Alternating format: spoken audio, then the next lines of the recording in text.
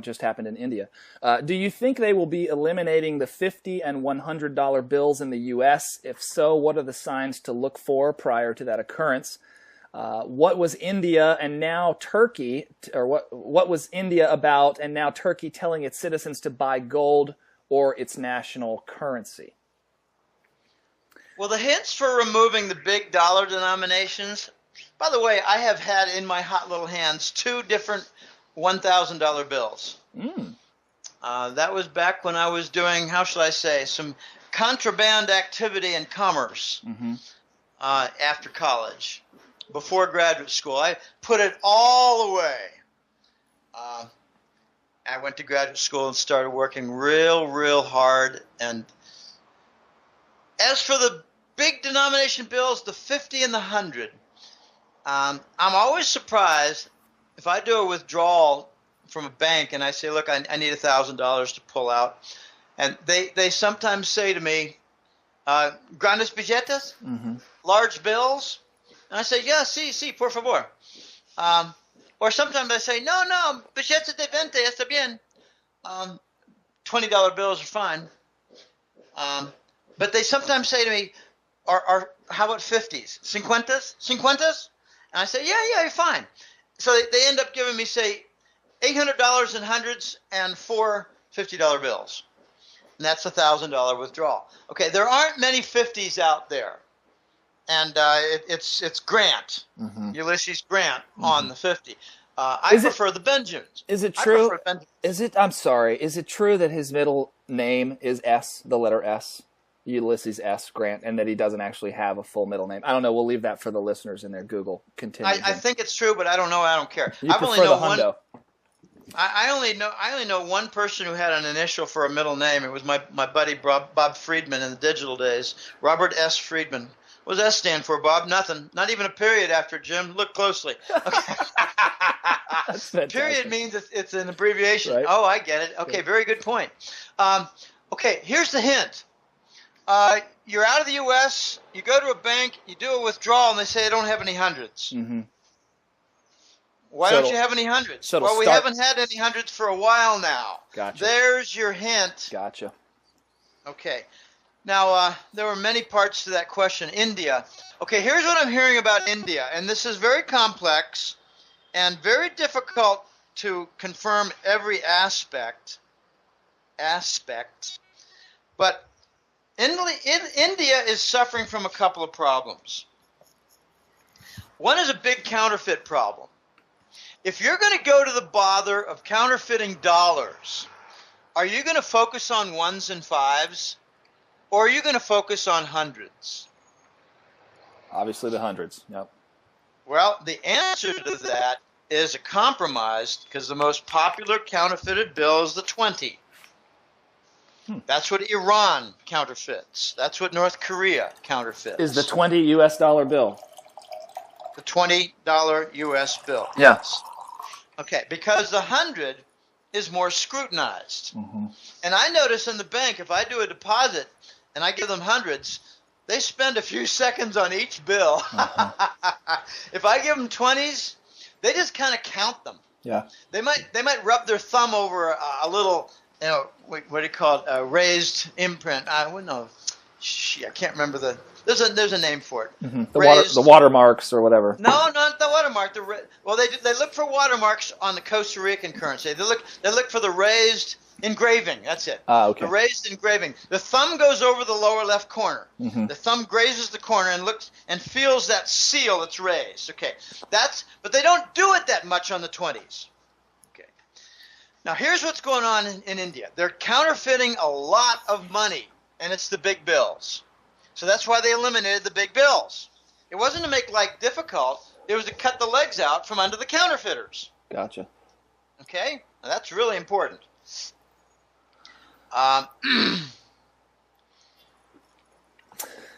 So I haven't followed this Indian situation much. I know that they eliminated larger bills. It appeared as though there was a run on the banks or a run on cash. You had people lined up. So I assume they were lining up with their 50s and their hundreds, hoping to exchange them before they were going to be deemed what, contraband? I mean, how does that work? Will your hundreds still? I mean, it's still money, is it not? Or is it? I guess it's not. If it's not received, if you can't take it to a bank, I mean, if it's purely a black market bill. Well, it just depends on the rules. We don't make the rules. Mm-hmm. The second part to this Indian deal is the Pakistanis are moving in a lot of weapons for terrorist type events, blowing up things, marketplaces, temples, you name it. And there's a mix of the two issues. Pakistanis are involved in some of the counterfeit to buy some of the weapons. This is not exclusive factors. There are other things involved. Sure. But in hopes of stopping the terror or impeding it, I guess. Yes. So the Indians are not going to give you full wind. That our motives are to stop some of the counterfeit done by a lot of Pakistanis involved in terrorism. No state talks like that. Right. No state wants to discuss in an open forum the counterfeiting issues. They just don't do that. Well, it erodes faith in their fiat system. You know, the cardinal rule to a fiat system is you got to have that implied trust. Yeah, well, you know, we don't know much in the United States about the Pakistani versus Indian conflicts. We heard a lot about it 20 years ago and 30 years ago, but not in recent years. It has not gone away. Mm-hmm. They don't share the same religion. It's Muslim versus Hindu. We don't get into stuff like that. We don't worry about that. So, you know, I don't have all the answers, but I do believe there's another gold angle to India. Mm-hmm. This is, you know, hypothesis. This is conjecture. This is floating up something that needs to be analyzed more fully. But if you're going to be a good analyst, you need to put something on the table you're not sure of sometime. Mm-hmm. And look at it closely and look at some of the consequences and ramifications. India might be a test case for seizing gold. They're already seizing it in some temples, the smaller ones. I reason it's the ones without a lot of power, without a lot of pull, without a lot of influence. So they're trying it out. Mm-hmm. They're between 15,000 and 20,000 tons of gold in India in private stashes for homes. Now, is this jewelry and bullion combined or just bullion? I think it's combined, but there might be, I mean, it might just be the little 2-ounce, 5-ounce bars, the half-kilogram bar, you know, little bars. We don't deal in bars in the West. Yeah. The East does. Well, and in the governmental control and regulation of gold, we see countries go to jewelry. And India is a huge example of that. I mean, it's, you know, you can wear your wealth, you take it with you, nobody steals it when you're not home. That's, you know, sort of the age-old process there. But I mean, India, obviously, gold jewelry is a huge. I mean, you see some of these weddings, and good Lord, the bride has, you know, $250,000 of gold on her body. Well, they sometimes walk around with 3, 4, 5 kilograms of gold on their bodies at the wedding. Yeah. Okay, but the big deal, though, right now is that India is trying, and not having a lot of success, to monetize their household gold. Mm-hmm. Because they're having problems with their currency. Mm-hmm. What better way to reinforce a currency than with actual physical assets such as gold?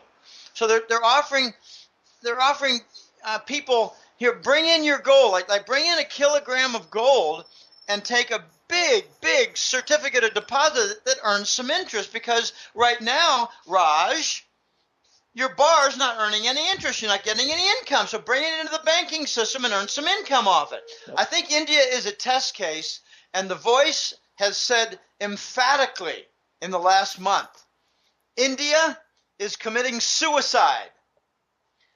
Modi will be gone before long. The backfire is coming. The response is on its way. That's pretty sharp. Yeah. I think the experiment's going to fail. Okay, if they wanted to do gold confiscation in the United States, why not try it in India first? Why not? Makes sense. Let's see how it goes. It's a very big population. What are they, 1.3 billion people? Mm-hmm. And they've got 15 to 20,000 tons of gold. So trial run, and India has long been used in these, in these trial runs.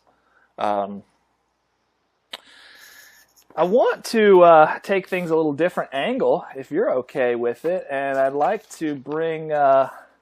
We've got two questions that fall into our friend. Where in the heck did they go? Our friend Bix's Road to Root of Theory.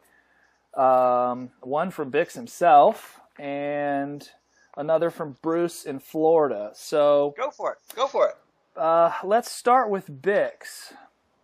Do you believe that Alan Greenspan secretly wanted to return to a gold standard and was intentionally trying to destroy the fiat monetary system by keeping interest rates too low for too long and by removing any regulations on derivatives? So Bix, Go ahead. I wouldn't give Greenspan any credit at all. Mm-hmm. I think the guy had an entire banking career that went counter to his entire belief structure in graduate school. And I like to point out, he never earned a doctorate in economics. He got an honorary doctor. Mm-hmm. So I earned my doctorate. Greenspan did not. He was given it at a dinner. Okay? A feel-good dinner. Okay. Greenspan, I believe, had a bigger motive. Let's make sure that all my buddies and all of my handlers and bosses can print themselves billion-dollar wealth. Some of it might trickle down to me in the form of speaker fees and book income from publishers. I don't give Greenspan any credit at all. He had a desperate plea in 2001 that people in the United States borrow against their home equity and go out and continue this economy because he was deathly scared that the recession that was due in the year 2000 and 2001, following the tech telecom bust, he was deathly afraid that the recession would cause a U.S. government debt default and banking system collapse. Mm-hmm. Because he helped to create the derivatives. The derivatives were created in the early 1990s. And I believe that was part of Greenspan's watch. Yes, it was. And here's roughly what happened. This is a strange sequence and a unique perspective that you don't read about very much. In 1984, we started exporting our industrial base. The first one was Intel. We got all kinds of manufacturing going to the Pacific Rim. Okay, my impression at the time, and I was working at Digital, looking out the window with a couple friends of mine saying, this doesn't look good. The U.S. is going to give up its chip manufacturing to the Pacific Rim of Asia? This is not good. This is legitimate income. And I was told, and I read in Barron's, and I read in Wall Street Journal, because we read it every day. I read portions of Wall Street Journal almost every day. Mm-hmm. You know, maybe just a few paragraphs, but sometimes an entire page, depending on the workload. But what we were told was, oh, don't worry, the United States will retain intellectual property ownership, the patents. Mm-hmm. And the U.S. will retain all the distribution rights. And I said, yeah, but distributing something that we don't make can never be really, really prosperous. Mm-hmm. And we were told, oh, it's a low-cost solution. We're going to lower the costs, and American consumers will have more money in their pockets. And that's when I got introduced to putting cash in people's pockets for consumption.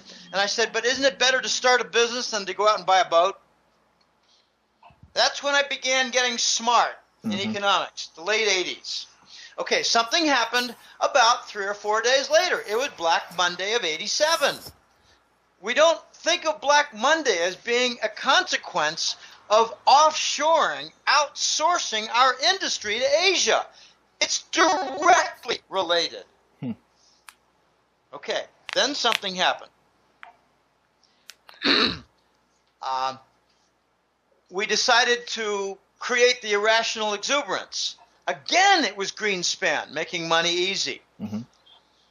And he got criticized. Wait a minute, it didn't take long for the Dow to go from 3,000 to 4,000, and then even less time to go from 4 to 5,000. What's going on? Is this good? And he said, well, I just look at it as, basically irrational exuberance. Okay, Mm-hmm. so he loved to use the obfuscating verbiage to conceal the fact that he was guilty. Mm-hmm. And I never bought his arguments, ever. When irrational exuberance came in, I thought they're just pumping up the stock market with easy money, and it's finding its way to the markets. They're making it available all over the place. Look at all these 0% loans you see with at the street level for the people. And I took advantage of a few of them. Mm-hmm. Okay, so what followed that? Tech telecom bust of 2000. What followed that? The subprime mortgage bust. Yep. What followed that? QE and 0%. Bubble after bubble after bubble. We're on a sequence of bubbles, and they all began with Greenspan. Mm-hmm. Now, you got to look at the origin, and people say, well, Jim, the problem is not Black Monday and exporting industry in 84. You got to look earlier than that. I say, well, of course. You can look back to 71 when we got off the gold standard. And I say, yeah, you can look even earlier. You can go to 63 when they killed Kennedy.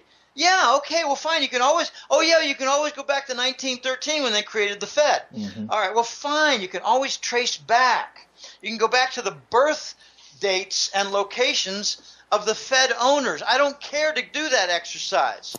I look at the sequence of bubbles and how we've never really endured a recession that we've admitted since the Clinton administration. Right, everything's been papered over, and now it's. I mean, look at the metrics now. We're in the mother of bubbles of all bubbles. Well, those that believe, Bix, that believe this is that Alan Greenspan did this by design. Being a gold bug formerly under Reagan, and that he saw where this was going, and with the birth of financial computing, intentionally did this by design so that the bankers would give themselves more than enough rope to hang themselves, and then we would go back to a gold standard, which ties into the second question in Bruce from Florida.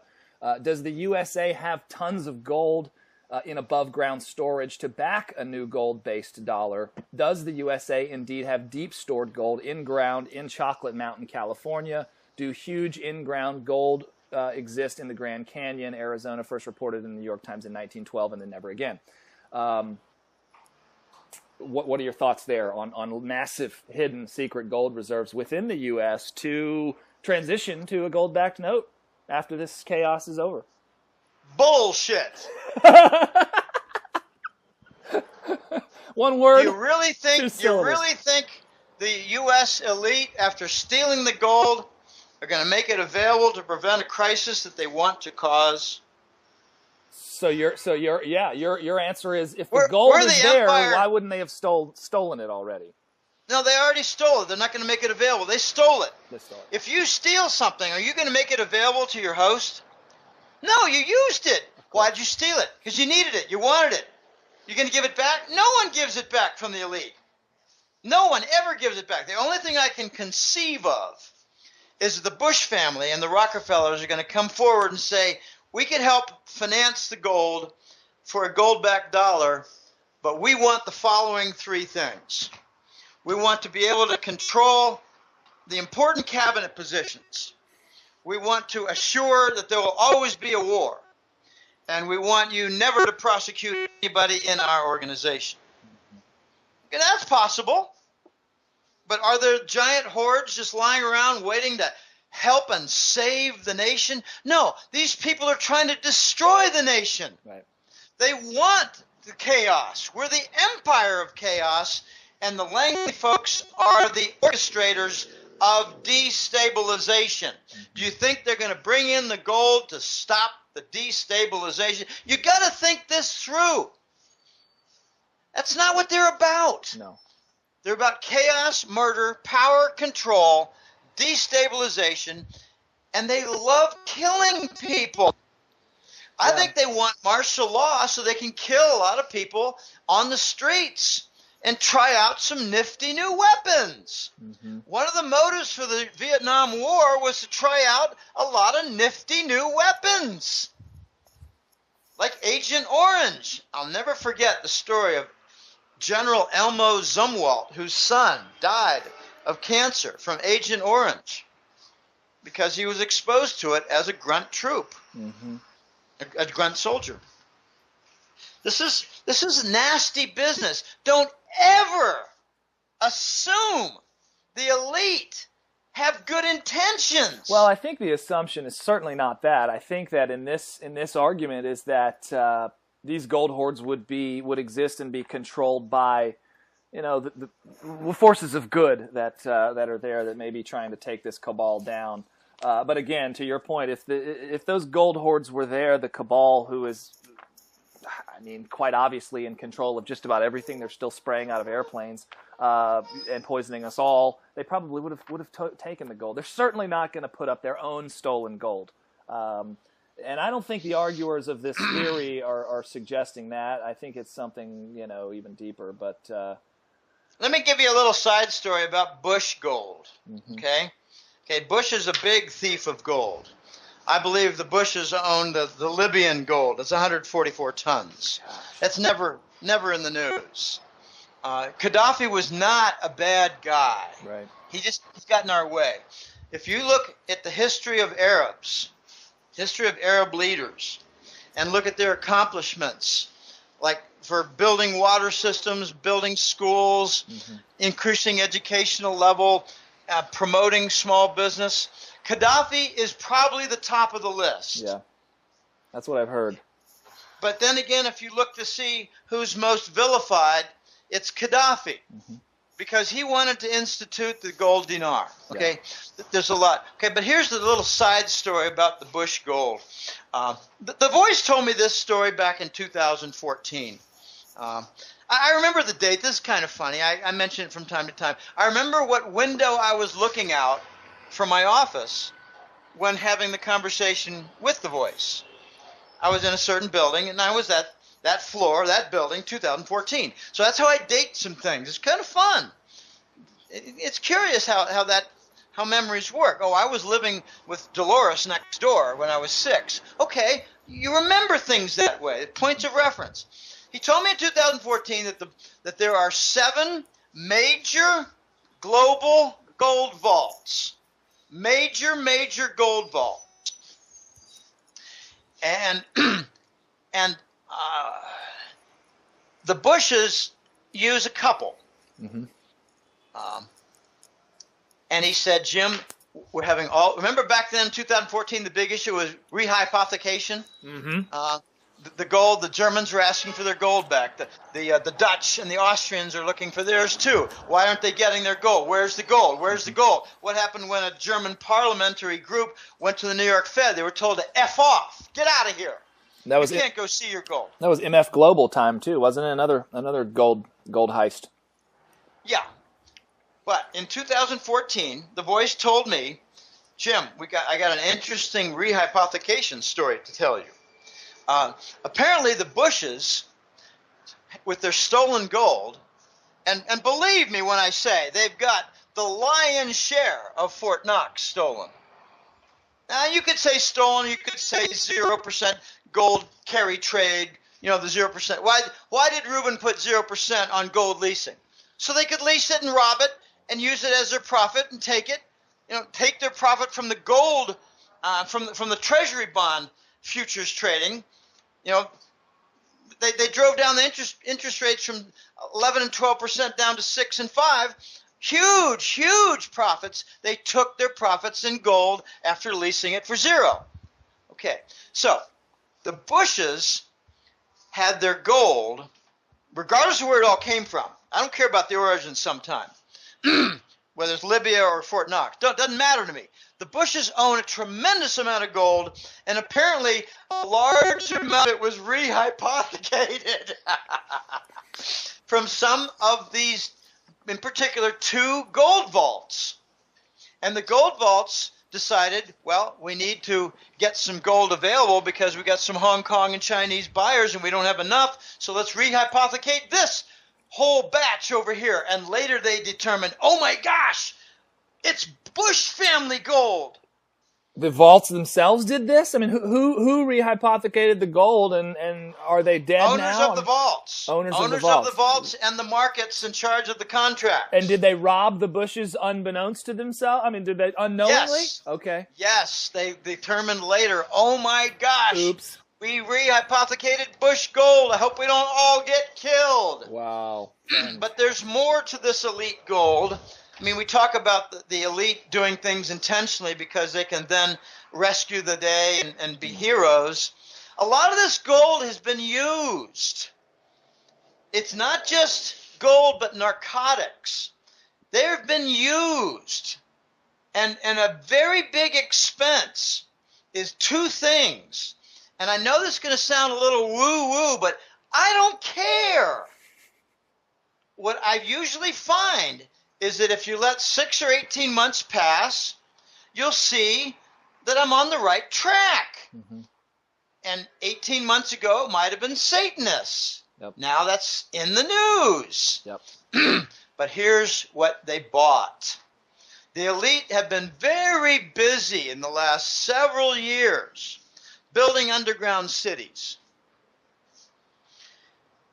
And if you think that Virginia earthquake that occurred in late 2011 was really an earthquake, then you're a dumb shit. Mm-hmm. That was a collapsed Virginia underground city. And your hint was that the Tidewater Tide baseball team had to suspend their game for 30 minutes because they had a constant 50-mile-an-hour wind in one direction. Wow. That is not a consequence of an earthquake. Holy cow. That's a consequence of what, an explosion or of an implosion of air leaving a cave? Yes, air leaving a cave and causing a very severe backdraft. Holy cow. There was another underground city detonated, and it was north of New York City, and just a few months ago. And these would be detonated, if these were built by the elites, then we're hoping that these are good forces blowing these up? These are white hats, maybe? Yeah, I keep hearing that it's the White Dragon white hats. Mm-hmm. The White Dragons are doing a lot of cleanup, and the Voice had a name for that 2 years ago. Mm-hmm. He said there's a group that's called the Gardeners. They're at least 200 strong, and they're going to be very busy. Just cleaning up. Cleaning up, eliminating mid-level Rothschild, Bush, and Rockefeller players. Man, I mean, how can You're not going to hear about it in the news, Will. Yeah. You're not going to read the New York Times and say, oh my gosh. Of course not. three Rothschilds who didn't have the name of Rothschild are all dead with car accidents or they jumped out of a window. Oh, where do I find this data, though? Because I want to celebrate it and pop a bottle of freaking champagne every time. I mean, my wife gives me a hard time. Look, you shouldn't wish, harm on people when I say, why do we not have some... How come Soros hasn't just been sniped? I mean, and something like that, but... I don't know. But we might get some good news soon when Bill Clinton dies of AIDS. Mm-hmm. I hear he's in the hospital now. You mentioned a microbe in his body, I think it was earlier.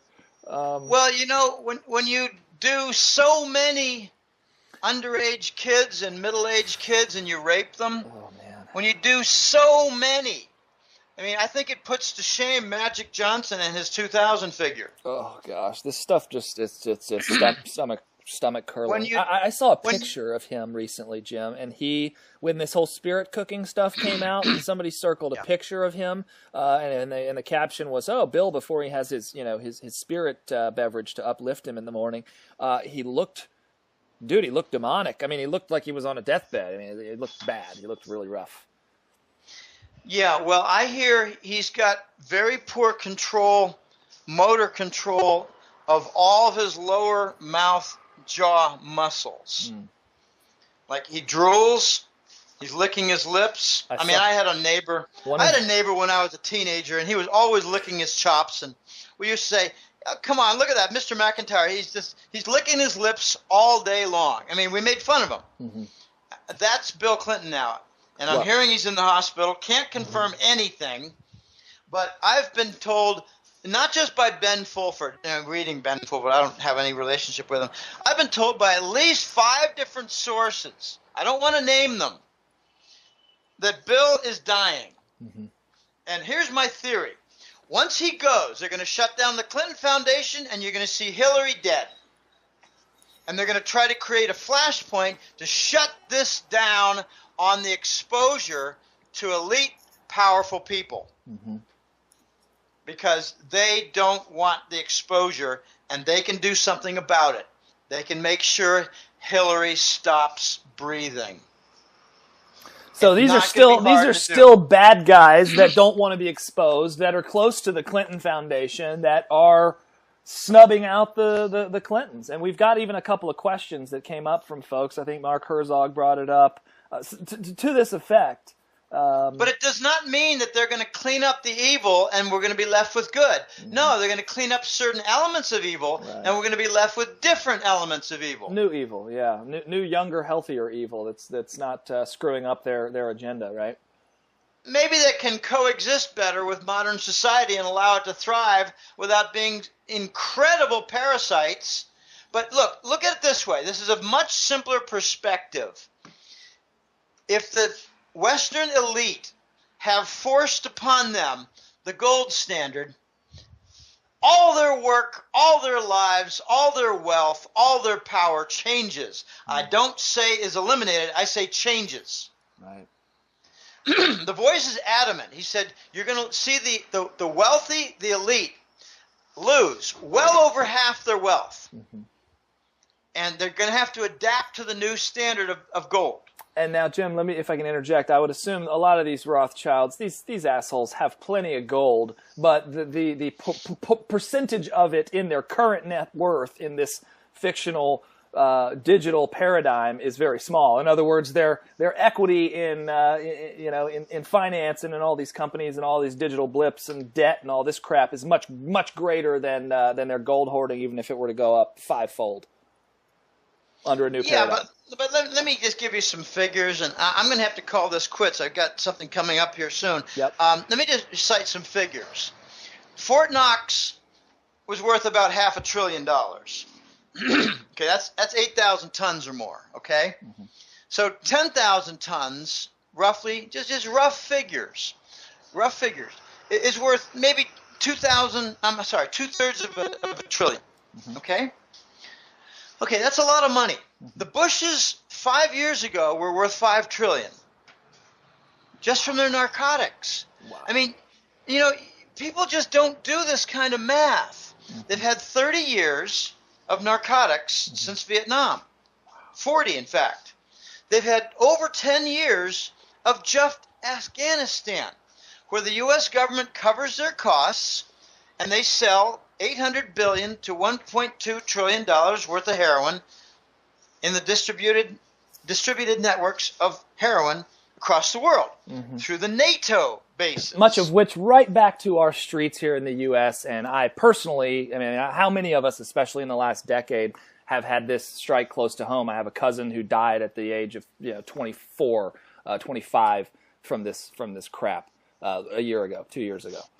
Yeah, well, I have a cousin who had a near suicide event over heroin methadone. Mm-hmm. Not a cousin, I'm sorry, niece. I don't want to get into details, but niece. So what I hear over and over again, including from some clients, is that the street cost of heroin nowadays is 10 times less than in the late 90s. Yeah, and the availability, can you imagine? I mean, when I was a 15, 16, 17-year-old punk kid just trying to get, I can't imagine if that crap was around. I mean, jeez.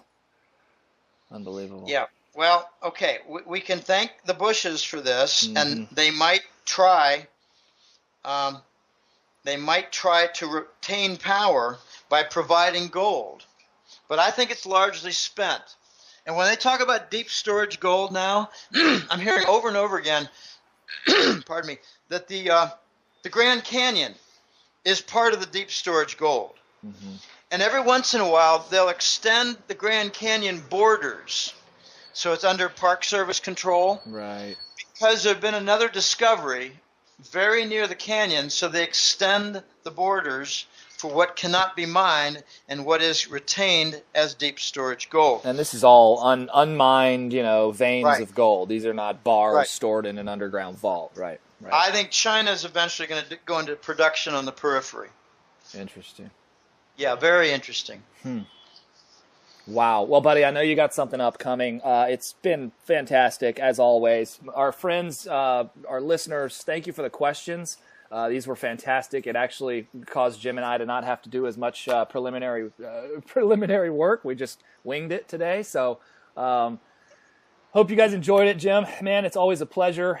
If you got anything else to add, of course, we'll have links to your website, goldenjackass.com. And you guys should, if you're not familiar with Jim's work, it's prescient. It's fantastic. I mean, his forecast going back how many years now, Jim? A decade and a half? 12 and a half years. 12 and a half years. And his forecasts, I mean, what are you at now? 19 for 22 or something? He's called a lot. No, it's a lot more than that. It's more like about 30 correct forecasts and a couple wrong ones. But as the voice likes to say, it's not a wrong forecast. It just hasn't happened yet. It's taking time. Exactly. Yep. It's just young. Well, like the coming of the Nordic gold-backed euro. Mm-hmm. The Germans, Dutch, and Austrians, with maybe a Scandinavian country in there, like who knows, coming out with a new euro to cut off the South. Mm-hmm. Okay, so far it looks like a wrong forecast, but I think it's coming slowly into view. The Germans are not going to let Italy take down the southern European nations, cause a sovereign debt default, and just Germany just says, well, okay, bad things happen. No, they're going to cut them off, create a new currency, and do the best they can to isolate them and create a firewall. And all the Nordics, all the Scandinavians, they'll all follow. Yeah, and Italy will come up with a new lira currency that's not gold-backed, and 5 years from now will lose 90% of its value. Mm-hmm. Germany doesn't want to be anywhere near that. And the irony is that if Italy does that, their cars are going to compete very well versus the German cars. I mean, that's the nature of a devaluation for a currency. If suddenly the Italian Fiat, what other car do they have? I don't care about Lamborghinis and Maseratis. They've got the Fiat. They got a couple little cars in addition to the Fiat. Okay, they're going to be cheaper. So people are going to consider the best Fiat car for a purchase. No pun intended on the name there either. Well, I don't know. The meaning in Italian of Fiat's a little different. I don't know the origin. It could be an acronym, F-I-A-T. I don't know. I don't know. We'll leave that to our Google friends. Oh, let someone email it to me. Yeah, that's always rich. I get a lot of very nice, generous thoughts and shared information from email from my Contact Us, and I'm always grateful to people for that because it's helpful. It's evident. I mean, this is the first time we've opened up the interview for questions. We sent out an email last week, and I've gotten 50 plus. I mean, but Jim and I have 4 pages of them here in front of us, and they're all really good. So yeah, I mean, it's everybody out there in their own walk of life, in their own industry, in their own profession, sees stuff. And sharing that, your switchboard has been proof of that. You being able to put together all those little stories here and there that tell the bigger picture on whatever it is we're trying to talk about. But man, I'm always grateful for other information. One of the nicest compliments, pardon me, one of the nicest compliments I ever got in my professional life, which spanned 23 years only. In industry was, Jim, we really appreciate when you don't know something, you let us know rather than fake it. Mm-hmm. We don't get into a bigger problem because of an error moving in the direction of a fake. You always get back to us You always seem to come up with the answer, even if it means going to a higher power. Oh, gosh, one time I appealed to an ex-digital colleague of mine when I was at Staples, and he gave me the Kratoff iteration toward how do I make forecasts at the product level that match up perfectly with the forecasts at the store level, breaking it down. A deeper level of forecast that matched everything on a higher level. So that was a Kratoff iteration. I didn't know how to do it. I said, "Look, Alan, I don't know. Give me a few days to research this. Give me some time to find." I loved the compliment that I was an honest broker of statistical analysis. Yeah, that's a great nomenclature for you. I try to do the same thing with this gold and currency world and banking and economies. If I don't know something, I'll say I don't know. I'm going to look into it more. And one of the things that I'm really grateful for regarding my team, I didn't know much about bank derivatives, and I did a little trade with Rob Kirby. I helped him with one particular thing, and he helped me to understand bank derivatives. So now I know a little bit more about bank derivatives. I went back to him last December and say, "Please help me to understand the reverse repo." And I actually had it backwards, but he helped me understand the reverse repo. I had repo. I was calling repo reverse repo. No, repo was repurchase. They were doing reverse repurchase. Synergy, synergy, my good man, synergy. Well, teamwork. Yes. Synergy, teamwork. Yeah. Yes. And I'm a big proponent of Gray's, the psychologist Gray's emotional IQ. That whole theory that you're not as successful as your intelligence. You're as successful as the group that you can draw intelligence from and use. So I built, and this is my credit, I've built a team of about 9 guys. It's the Jackass staff of colleagues. They're smart as hell. Every one of them's got a niche. We're an eclectic bunch. We're mostly Americans, but there are a couple of Europeans and another, well, 2 or 3 Europeans. But I try to build a team, and sometimes I say, I don't know. I'm going to throw something out. I need to understand this better. I don't say, hey, look, I should know this. Let me fake it. No. Let me throw this out. Let's see what you guys can improve upon, and I'll give you credit. And Euroraj is the funniest one. He said, "Jim, take it as your own." I said, "Why?" And he said, "I don't want all the attention. You take it." I said, "Oh, you don't want the flack in case there's a problem for being right in a very dangerous area." And he said, "Yeah, kind of like that." But I don't mind the danger. I know what areas to stay away from for the danger. They're mostly details for, say, ISIS and narcotics through the banking and the secondary channels. Those are the most dangerous areas. That's what gets you killed. And it appears lately that the inner channels of the Clinton Foundation, that'll get you killed. So I don't know anything about them. I don't want to know anything about them. And whenever anything like that is offered to me, I say, I'm not interested. Thanks. Yeah.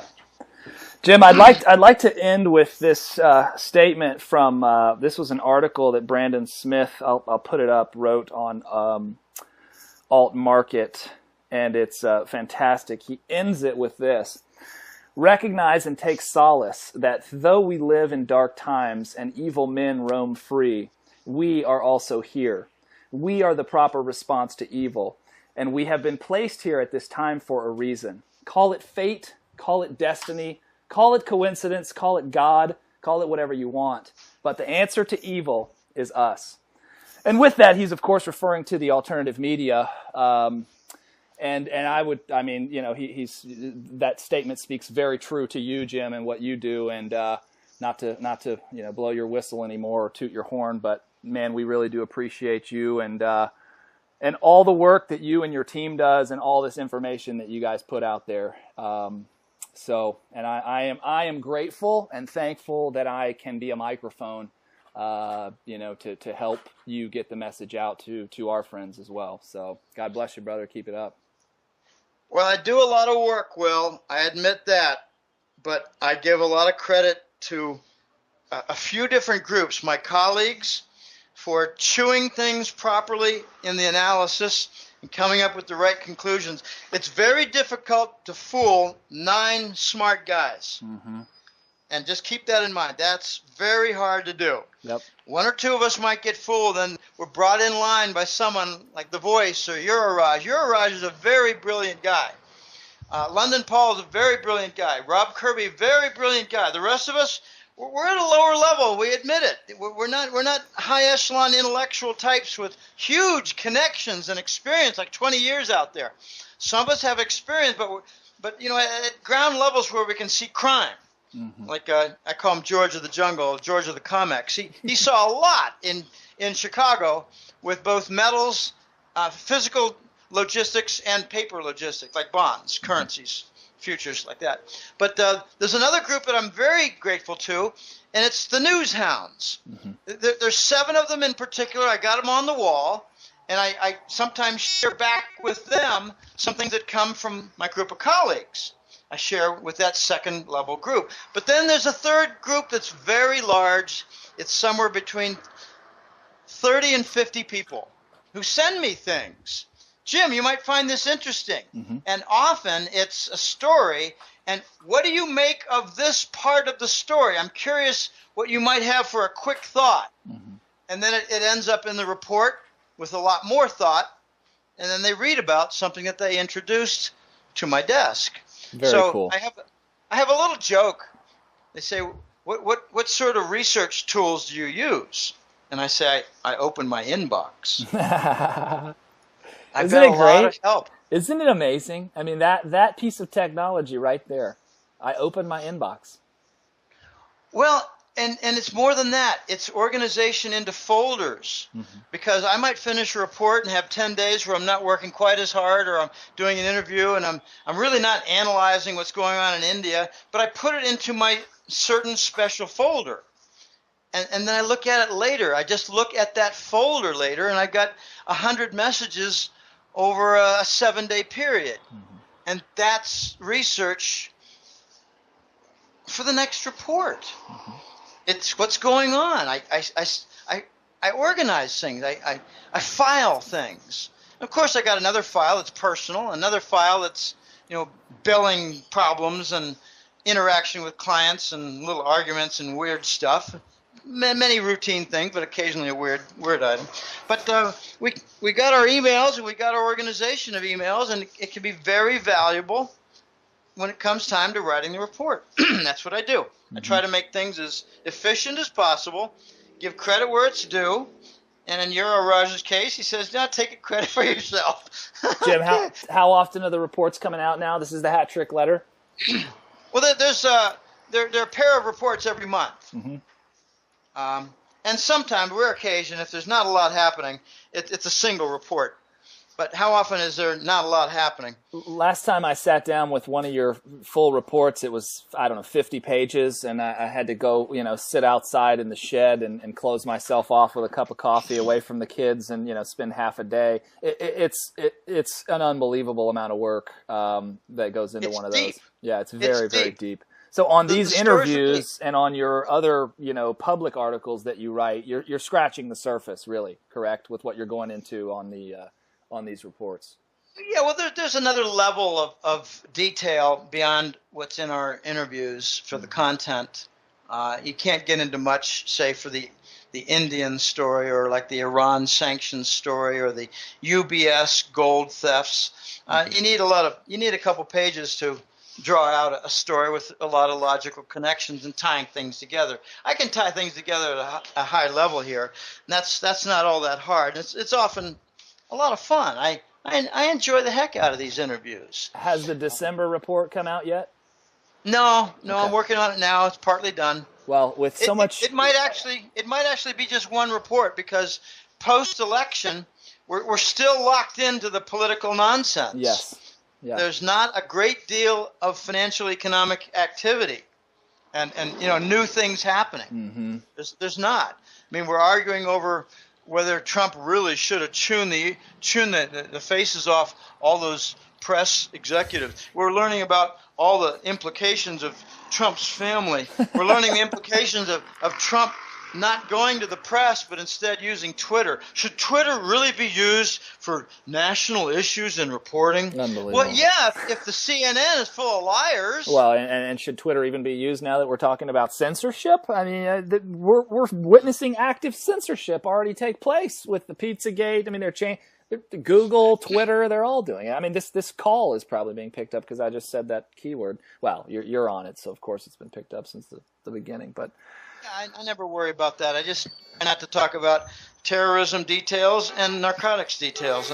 And if you stay away from those two, you're probably in good shape. That's right. But I'm not also asking people to contact me so you can set up all these hidden accounts around the world. No, I'm not involved in all that. Right. I'm involved in economics, finance, and banking, and those are clean topics. Yep. Except when you have to talk about spirit cooking and all these other things that we did as well. But that's the world we live in today. Oh, I'm gonna offer them a little bit of breast milk from my left mammary, and they can do as they wish from it. Oh, fantastic! I